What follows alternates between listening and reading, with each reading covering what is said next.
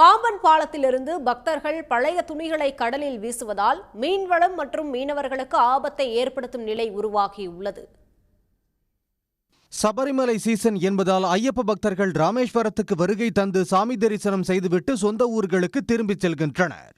அப்படி செல்லும் வழியில் பாம்பன் பாலத்தில் நின்று பழைய துணிகளை கடலில் தூக்கி வீசுவதை காண முடிகிறது. இதனால் கடலில் ஆங்காங்கே துணிகள் மிதக்கின்றன.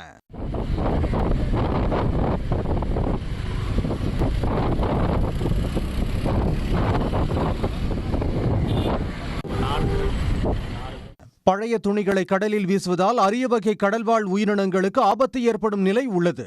விசைப்படகு மற்றும் நாட்டு படகுகளில் துணிகள் சிக்கி படகுகள் சேதமடையும் சூழலும் உருவாகிறது என மீனவர்கள் வேதனை தெரிவிக்கின்றனர். பாவங்கள் நீங்கும் என்று நினைத்து பாம்பன் கடலில் பக்தர்கள் பழைய துணிகளை வீசி செல்வதை தவிர்க்க வேண்டும் எனவும் உள்ளூர் மக்கள் வலியுறுத்துகின்றனர்.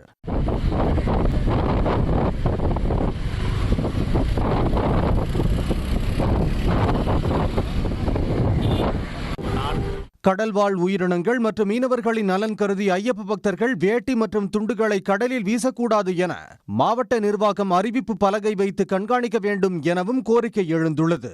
சன் நியூஸ் செய்திகளுக்காக ராமேஸ்வரம் செய்தியாளர் கார்த்திக். உடனுக்குடன் செய்திகளை தெரிந்து கொள்ள சன் நியூஸ் பெல் ஐகானை கிளிக் பண்ணுங்க.